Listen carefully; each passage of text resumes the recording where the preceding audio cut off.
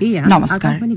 এই আকাশবাণী গুৱাহাটী পুৱাৰ আঞ্চলিক বাতৰিৰ এতিয়া ঘাই ঘাই বাতৰি হৈছে একাদশ আন্তঃৰাষ্ট্ৰীয় যোগ দিৱস উদযাপন অন্ধ্ৰপ্ৰদেশৰ ৰাজ্যৰ বান পৰিস্থিতি কিছু উন্নত হৈছে যদিও 21খন জিলাৰ 6,17,000ৰো অধিক লোক এতিয়াও বানৰ কবলত যোগ দিৱসৰ ৰাজ্যিক কাৰ্যসূচীৰ অংশ লৈ চৰকাৰী বিশ্ববিদ্যালয়ত গৱেষণা কৰা শিক্ষাৰ্থীসকলৰ বাবে এককালীন আৰ্থিক সাহায্য প্ৰদানত অসম মন্ত্ৰীসভাৰ অনুমোদন অসম লোকসেৱা আয়োগৰ বিশ্ব পৰিৱেশ দিৱসৰ সৈতে সংগতি ৰাখি আজি ৰাজ্যৰ বিভিন্ন প্ৰান্তত ভিন ভিন কাৰ্যসূচীৰ আয়োজন চাকৰি বাহাল ৰাখিবলৈ গুৱাহাটী উচ্চ ন্যায়ালয়ৰ নৰেন্দ্ৰ মোদী নেতৃত্বাধীন কেন্দ্ৰৰ NDA চৰকাৰৰ 11 বছৰ সম্পূৰ্ণ হোৱা উপলক্ষে আকাশবাণী বাতৰি বিভাগৰ বিশেষ প্ৰতিবেদন নীৰজ চোপ্ৰা জয়লাভ আৰু চীনৰ হাংজুত হ'বলগীয়া মহিলাৰ এছিয়া কাপত 5 ছেপ্টেম্বৰত ভাৰতীয় হকী দল থাইলেণ্ডৰ বিৰুদ্ধে অৱতীৰ্ণ ভাৰতৰ শক্তিশালী স্থিতি পুৱাৰ আঞ্চলিক বাতৰিৰ সৈতে এয়া মই জিন্তি ৰাণী আৰু মোৰ লগত আছে অংকুৰজ্যোতি শৰ্মা বিশ্বৰ বিভিন্ন প্ৰান্তত আজি একাদশ আন্তঃৰাষ্ট্ৰীয় যোগ দিৱস উদযাপন কৰা হৈছে ৰাজ্যৰ বান পৰিস্থিতি কিছু উন্নত হৈছে যদিও 21খন জিলাৰ 6,17,000ৰো অধিক লোক এতিয়াও বানৰ কবলত আছে শ্ৰীমোদীয়ে তেওঁৰ ভাষণত কয় সাম্প্ৰতিক বানত ৰাজ্যখনৰ 1,489খন গাঁৱৰ 14,739 বৰ্তমান বিভিন্ন সমস্যাৰ মাজেৰে আগবাঢ়িছে আৰু এনে পৰিস্থিতিত জিলা প্ৰশাসনসমূহে স্থাপন কৰা 223টা আশ্ৰয় শিবিৰত 39,000ৰো অধিক লোকে আশ্ৰয় লৈ আছে বানত বৰ্তমানলৈকে মুঠ 14 গৰাকী লোকৰ মৃত্যু হৈছে এই সময়ছোৱাত 2 লাখৰো পশুধনৰো ক্ষতি হৈছে SDRF আৰু NDRF কেইবাখনো জিলাত উদ্ধাৰ অভিযান চলাই আছে সাংসদ কামাখ্যা প্ৰসাদ তাছাই কালি গোলাঘাট জিলাৰ বানত ক্ষতিগ্ৰস্ত এলেকাসমূহ পৰিভ্ৰমণ কৰি বানপীড়িত লোকসকলৰ সৈতে মত বিনিময় কৰে তেওঁ বানত ক্ষতিগ্ৰস্ত লোকসকলক সকলো সহায় আগবঢ়াবলৈ বিভাগীয় বিষয়াসকলক নিৰ্দেশ দিয়ে জিলাখনত বান পৰিস্থিতি সন্দৰ্ভত এয়া আমাৰ গোলাঘাটৰ সংবাদদাতা হিৰণ্য গগৈ মুখলধাৰ বৰষুণৰ ফলত ৰাজ্যৰ বিভিন্ন জিলাৰ লগতে গোলাঘাট জিলাৰ দেৰগাঁও নুমলীগড় বোকাখাত কাজিৰঙাকে ধৰি বিস্তীৰ্ণ অঞ্চলৰ অৰ্ধশতাধিক গাঁও বানৰ কবলত প্লাবিত হৈছে যদিও কমাত জিলাখনৰ বান পৰিস্থিতি খাম খাটিছে বৰ্তমানেও বানবিধ্বস্ত বহু লোক আশ্ৰয় শিবিৰত থকাৰ লগতে বিভিন্ন গাঁওসমূহলৈ যাতায়াত বিচ্ছিন্ন হৈ আছে সমান্তৰালভাৱে কাজিৰঙা ৰাষ্ট্ৰীয় উদ্যানতো 233টা বন শিবিৰৰ কেইবাটাও বন শিবিৰত জলমগ্ন হৈ আছে যদিও বৰ্তমানে বিপদসীমা অতিক্ৰম কৰা নাই ইফালে কালি দেৰগাঁৱৰ বানবিধ্বস্ত অঞ্চল পৰিদৰ্শন কৰি কাজিৰঙা লোকসভা সমষ্টিৰ দেৰগাঁও সমষ্টিৰ বিধায়ক ৰবীন্দ্ৰনাথ ভৰালীয়ে ব্ৰহ্মপুত্ৰ অঞ্চলত ছিগি যোৱা শগুন পাৰা কৃষি বান্ধ পুনৰ নিৰ্মাণৰ ক্ষেত্ৰত শীঘ্ৰে কাম কৰা হ'ব বুলি জানিবলৈ দিয়ে তদুপৰি কৃষিমন্ত্ৰী অতুল বৰাই কয় যে বানত নষ্ট হোৱা কৃষিৰ উচিত ক্ষতিপূৰণ চৰকাৰে কৃষকক দিব বুলি অৱগত কৰে প্ৰধানমন্ত্ৰী ফচল বীমা আঁচনিৰ জৰিয়তে ক্ষতিপূৰণৰ ব্যৱস্থা কৰিব কৃষি বিভাগে সকলোকে ফচল বীমাৰ সুযোগ লোৱাৰ আহ্বান জনায় মন্ত্ৰী অতুল বৰাই মুখ্যমন্ত্ৰী নিৰ্দেশত ইতিমধ্যে ৰাজ্যৰ বিভিন্ন প্ৰান্তৰ বাধাগ্ৰস্ত বিপদৰ সময়ত সহযোগ কৰিছে জিলা প্ৰশাসনে খাদ্য সামগ্ৰী আৰু অত্যাৱশ্যকীয় সামগ্ৰীৰ উপৰিও আশ্ৰয় প্ৰদানৰ ক্ষেত্ৰত বিশেষ ব্যৱস্থা গ্ৰহণ কৰিছে তথা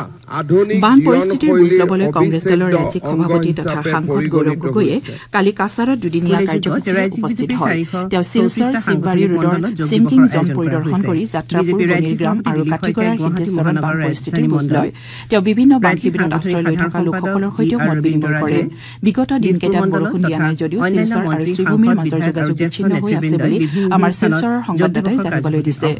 5 গ্ৰামৰ চিংকিং জোন হালচাপৰা আৰু কাটাস্থালত ৰেলপথ এতিয়াও পানীত বুৰ গৈ থকা ৰেল যোগাযোগ ব্যাহত হৈ পৰাত লোকসকলে নাৱেৰে যাতায়াত কৰিবলগীয়া হৈছে ইপিনে নগৰাঞ্চলত হোৱা বানৰ ফলত কামৰূপ আৰু কামৰূপ মহানগৰ জিলাৰ 15,000ৰো অধিক লোক ক্ষতিৰ সন্মুখীন হৈছে প্ৰশাসনে স্থাপন কৰা দুটা আশ্ৰয় শিবিৰত 464 জন লোকে আশ্ৰয় লৈ আছে ধনশ্ৰী 5 নৈ আৰু ব্ৰহ্মপুত্ৰৰ জলস্তৰ বৃদ্ধি পোৱাৰ ফলত ওৰাং ৰাষ্ট্ৰীয় উদ্যানৰ প্ৰায় 40% অঞ্চল পানীত বুৰ গৈছে উদ্যানখনৰ 12টা বন শিবিৰ জলমগ্ন হৈ পৰিছে এনে প্ৰতিকূল পৰিস্থিতিৰ মাজতো বনৰীয়া জীৱ জন্তুসমূহৰ সুৰক্ষা নিশ্চিত কৰিবলৈ বন কৰ্মীসকলে নাৱেৰে কৰ্তব্য পালন কৰিছে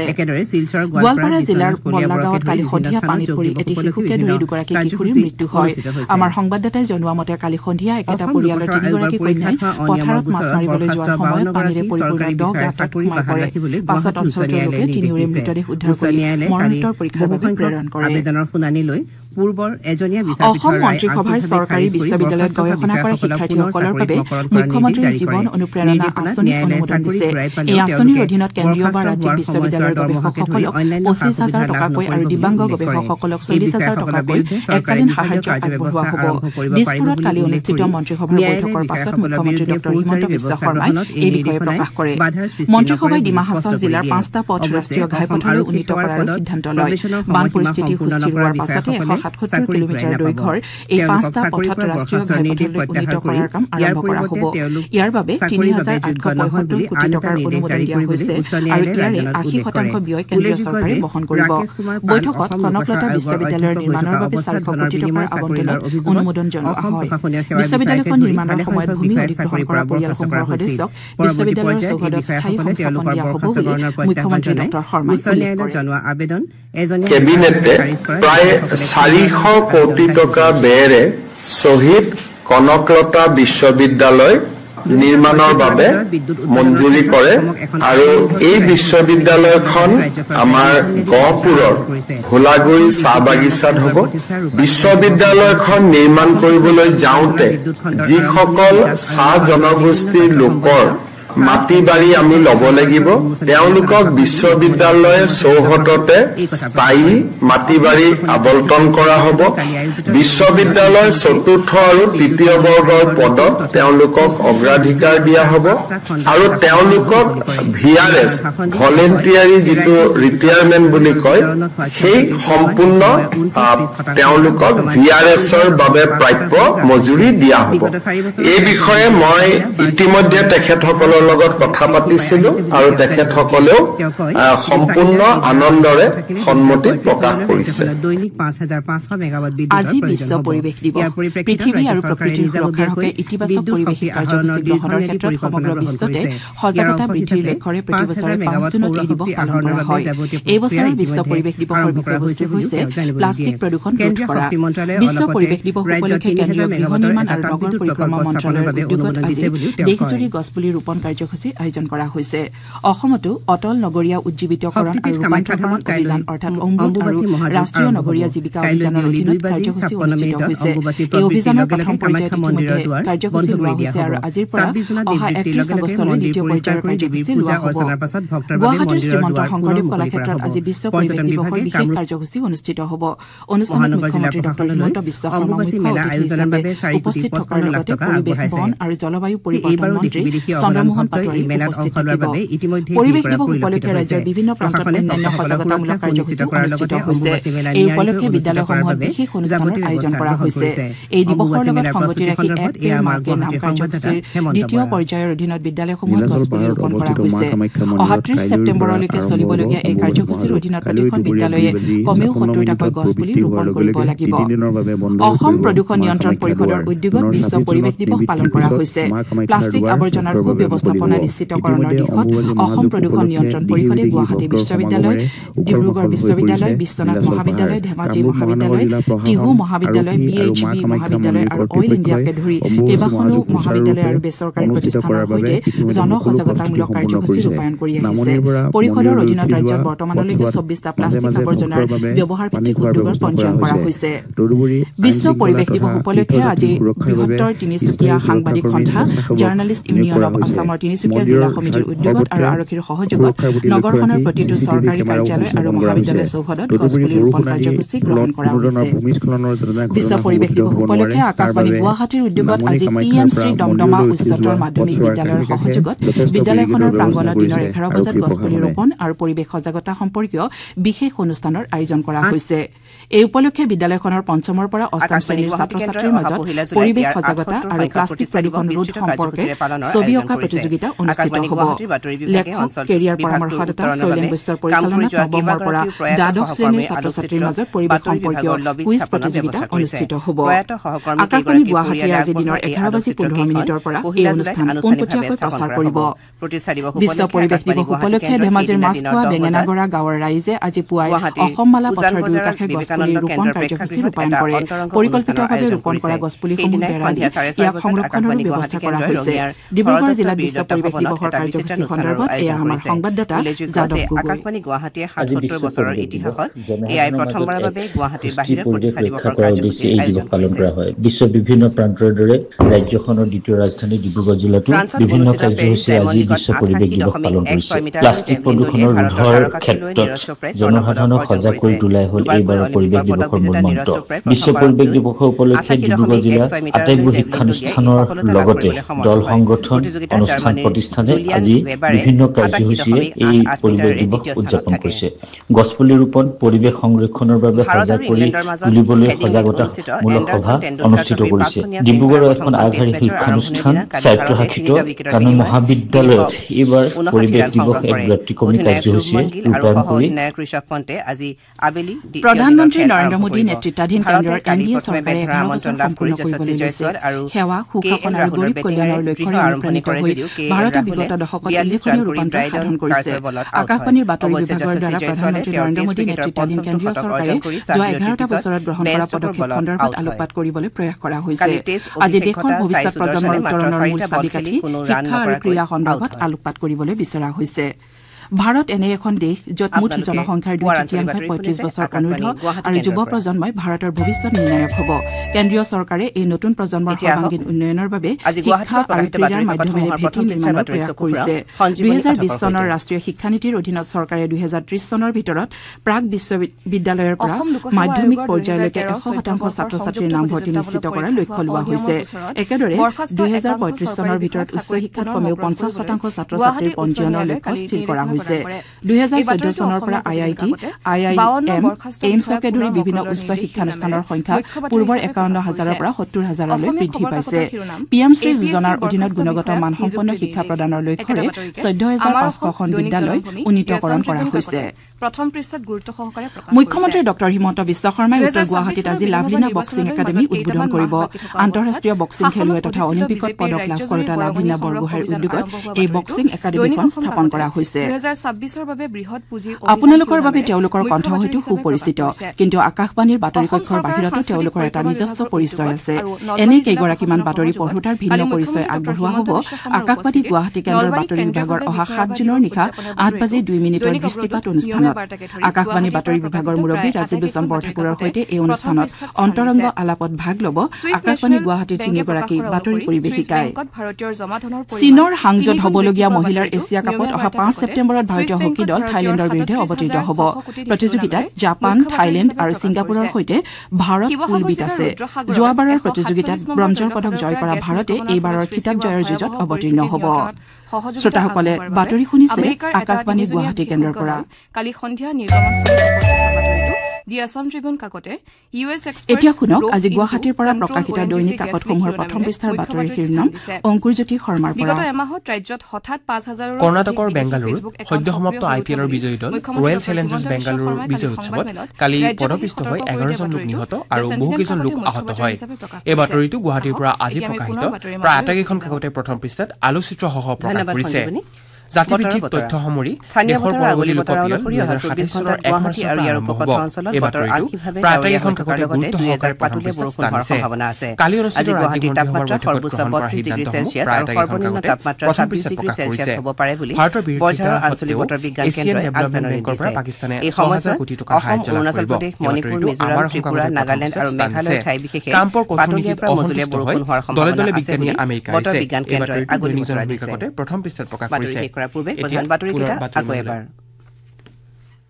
দেশ বিদেশত ধন্যবাদ আন্তঃৰাষ্ট্ৰীয় যোগ দিৱস উদযাপন অন্ধ্ৰপ্ৰদেশৰ বিশাখাপট্টনমত যোগ দিৱসৰ ৰাষ্ট্ৰীয় কাৰ্যসূচীত প্ৰধানমন্ত্ৰী নৰেন্দ্ৰ মোদীৰ অংশগ্ৰহণ অঞ্চলত বতৰ আংশিকভাৱে ডাৱৰীয়া হৈ থকাৰ লগতে যোগ দিৱসৰ ৰাজ্যিক কাৰ্যসূচীত অংশ লৈ মুখ্যমন্ত্ৰী ডক্টৰ আজি গুৱাহাটীৰ তাপমাত্ৰা সৰ্বোচ্চ 28.1 ডিগ্ৰী চেলছিয়াছ আৰু সৰ্বনিম্ন তাপমাত্ৰা 25 ডিগ্ৰী চেলছিয়াছ হ'ব পাৰে বুলি বৰঝাৰৰ আঞ্চলিক বতৰ বিজ্ঞান কেন্দ্ৰই আয়োগৰ পৰীক্ষাত হোৱা অনিয়মৰ গোচৰত এই সময়ছোৱাত অৰুণাচল প্ৰদেশ অসম মণিপুৰ মিজোৰাম ত্ৰিপুৰা নাগালেণ্ড আৰু মেঘালয়ৰ ঠাই বিশেষে পাতলীয়াৰ পৰা মজলীয়া বৰষুণ হোৱাৰ সম্ভাৱনা আছে বুলি বতৰ বিজ্ঞান কেন্দ্ৰই আগলি বতৰাইছে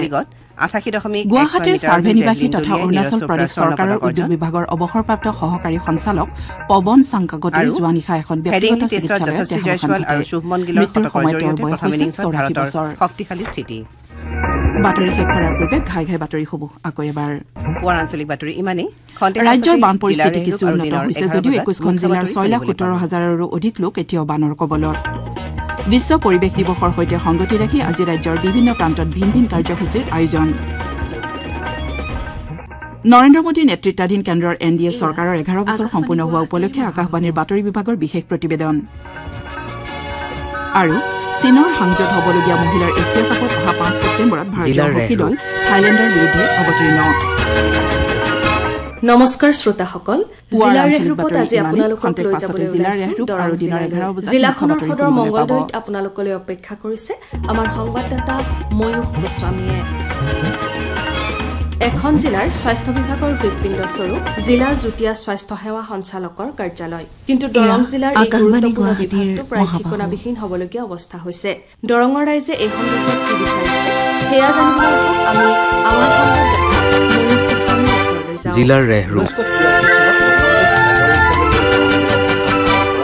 নমস্কাৰ শ্ৰোতাসকল, জিলাৰ ৰেহৰূপত আজি লৈ আহিছো শ্ৰীভূমি জিলাৰ ৰেহৰূপ। আজি আমাৰ সৈতে আছে শ্ৰীভূমিৰ পৰা আমাৰ সংবাদদাতা জাকাৰিয়া ৰহমান। নেৰানেপেৰা বৰষুণৰ ফলত শ্ৰীভূমি জিলাৰ বিস্তীৰ্ণ অঞ্চল বছৰটোৰ প্ৰথমটো বানপানীত বুৰি পৰিছে। জিলাখনৰ বান পৰিস্থিতি সন্দৰ্ভত বিতংভাৱে আমাৰ শ্ৰীভূমিৰ সংবাদদাতাৰ পৰা শুনোৱা হওক। শ্ৰীভূমি জিলাৰ বৰাক নদীৰ সমান্তৰালকৈ জিলাখনৰ মূল নদী লংগাই, চিংলা আৰু কুছিয়াৰা নদীৰ পানী বিপদসীমাৰ ওপৰেৰে বৈ গৈছে। কান্দিগ্ৰামৰ মাতাউৰি ভংগৰ ফলত কান্দিগ্ৰাম অঞ্চলত বানপানীৰ সৃষ্টি হৈছে। চিংলা নদীৰ পূব পাৰত পেনচালা, পাতিয়ালা, আনিপুৰ বস্তি, চালানা, ৰেনাটু, বাংলাটিলা ইত্যাদি অঞ্চলৰ লগতে দুৰ্লভচৰা, মাকমচৰা, বিদ্যানগৰ আদি গাঁওসমূহ বানৰ কবলত পৰিছে। বানপানীৰ বিৰুদ্ধে যুঁজিবলৈ বিভিন্ন স্থানত নদীৰ মাতাউৰি মেৰামতিৰ কাম চলি আছে। এইবাৰ বানপানীত শ্ৰীভূমি জিলাৰ 5টা ৰাজহ চক্ৰৰ 300টা ৰাজহ গাঁও ক্ষতিগ্ৰস্ত হৈছে আৰু প্ৰায় 40,000 লোক ক্ষতিগ্ৰস্ত হৈছে। দ্ৰুতগতিত চলি আছে সাহায্যৰ কাম। মানুহক সাহায্য সামগ্ৰী, চাউল, দালি, জীৱ-জন্তুৰ বাবে খাদ্য, গৰম খাদ্য, শিশুৰ বাবে কেঁচুৱাৰ খাদ্য, চিকিৎসা শিবিৰ আদিৰ ব্যৱস্থা কৰা হৈছে। এতিয়ালৈকে 2জন লোকৰ মৃত্যু হৈছে, এজন ডুব যোৱাৰ ভাৱে, আনজন বজ্ৰপাতৰ ভাৱে। বৰ্তমানে বৰষুণৰ পৰিমাণ কিছু হ্ৰাস পাইছে। এনে চলি থাকিলে অতি কম সময়ৰ ভিতৰত বানপানীৰ পৰা সকাহ পাবলৈ সক্ষম হ'ব জিলাবাসী। শ্ৰীভূমি জিলাৰ দূৰদৃষ্টি সম্পন্ন মীন পালক নজৰুল হক এতিয়া সমাজৰ বাবে আদৰ্শ হৈ পৰিছে। মৎস্য পালনৰ জৰিয়তে তেওঁ জিলাখনত এক নীৰৱ বিপ্লৱ আনিবলৈ সমৰ্থ হৈছে। এই নজৰুল হককে এইবাৰ প্ৰদান কৰা হৈছে ৰাজ্যৰ মৰ্যাদাপূৰ্ণ অসামৰিক সন্মান অসম গৌৰৱ বঁটা। এই সন্দৰ্ভত বিতংভাৱে কৈছে আমাৰ শ্ৰীভূমিৰ সংবাদদাতাই। আত্মনিৰ্ভৰশীলতাৰ জৰিয়তে আগবাঢ়ি যাব খোজাসকলক সপোন দেখিবলৈ প্ৰেৰণা যোগাইছে শ্ৰীভূমি জিলাৰ নজৰুল হকে। তেওঁ সমাজত এক নভ প্ৰভাতৰ উন্মেষ ঘটাইছে। ৰাজ্যৰ 3য় সৰ্বোচ্চ অসামৰিক সন্মান অসম গৌৰৱ বঁটা এইবাৰ আগবঢ়োৱা হৈছে মুঠ 15 গৰাকী ব্যক্তিলৈ। অসম গৌৰৱ বঁটা প্ৰাপকসকলৰ ভিতৰত আছে শ্ৰীভূমি জিলাৰ নজৰুল হক। মীন পালনেৰে স্বাৱলম্বী হোৱা শ্ৰীভূমি জিলাৰ নজৰুল হক অজস্ৰজনৰ ভাৱে আদৰ্শ হৈ পৰিছে। এই সন্মানেৰে তেওঁ প্ৰমাণ কৰি দিলে যে শিক্ষিত হৈ চাকৰিৰ পিছত দৌৰি থকাৰ সলনি নিষ্ঠা আৰু সত্যতাৰে ব্যৱসায় আৰম্ভ কৰিলে আৰ্থিকভাৱে স্বাৱলম্বী হ'ব পাৰি। বদৰপুৰ চহৰৰ পৰা প্ৰায় 5 কিলোমিটাৰ নীলগড় আলেখাৰগুলৰ বাসিন্দা নজৰুল হকে চৰকাৰী চাকৰিৰ বাবে সময় নষ্ট নকৰাকৈ স্নাতক ডিগ্ৰী পাছ কৰাৰ লগে লগে মাছ উৎপাদনৰ উদ্যোগত নামি পৰে। ঘৰৰ আৰ্থিক অৱস্থাও তেনে ভাল নাছিল, কিন্তু সৰুৰে পৰাও তেওঁৰ কিবা এটা কৰি দেখুৱাবৰ সপোন আছিল। জনা যায় যে তেওঁ প্ৰথমতে মাছৰ ব্যৱসায় কৰিবলৈ 10,000 টকাৰ এটা ঋণ লৈছিল আৰু সেইটোৰ ভালদৰে ব্যৱহাৰ কৰি সময়মতে উভতাই দিছিল। তাৰ পৰাই তেওঁৰ জীৱনৰ বাট মুকলি হয়। শ্ৰীভূমি জিলাৰ উত্তৰ কৰিমগঞ্জ বিধানসভা সমষ্টিৰ অন্তৰ্গত নাহৰপুৰত বৰাক নদীৰ ওপৰেৰে ভাৰতমালা প্ৰকল্পৰ অধীনত 4 লেনযুক্ত বদৰপুৰ পঞ্চগ্ৰাম বাইপাছ নিৰ্মাণৰ কাম পূৰ্ণগতিত চলি আছে। এই কামৰ অগ্ৰগতিৰ বিষয়ে অধিক শুনোৱা হওক আমাৰ সংবাদদাতাৰ পৰা। ভাৰত চৰকাৰৰ পথ পৰিবহণ আৰু ঘাইপথ মন্ত্ৰণালয়ৰ ভাৰতমালা প্ৰকল্পৰ অধীনত শ্ৰীভূমি জিলাৰ মালুৱাত অভাৰব্ৰিজৰ কাম পূৰ্ণগতিত চলি আছে। বৰাক নদীৰ ওপৰত নিৰ্মিত এই বাইপাছ অভাৰব্ৰিজে কাছাৰ জিলাৰ কাটিগড়াক শ্ৰীভূমি জিলাৰ মালুৱাৰ সৈতে সংযোগ কৰিব। এই অভাৰব্ৰিজৰ কাম সম্পূৰ্ণ হলে নদীৰ দুয়োপাৰে বসবাস কৰা লোকসকলৰ মাজত যোগাযোগৰ সুবিধা হ'ব। অঞ্চলটোত যান-জঁট সমস্যা হ্ৰাস কৰাৰ লগতে পথ সুৰক্ষাৰ উন্নতি সাধন হ'ব। তদুপৰি বদৰপুৰ চহৰৰ যান-জঁটৰ সমস্যা সামগ্ৰিক পৰিস্থিতিৰ তুলনাত যথেষ্ট পৰিমাণে হ্ৰাস পাব। বিশেষকৈ মালবাহী ট্ৰাক যাতায়াতত এই দলংগে বিশেষ ভূমিকা পালন কৰিব। জিলাৰ ৰেহৰূপ শুনিলে। কাইলৈ এই একে সময়তে লৈ আহিম আন এখন জিলাৰ ৰেহৰূপ। নমস্কাৰ।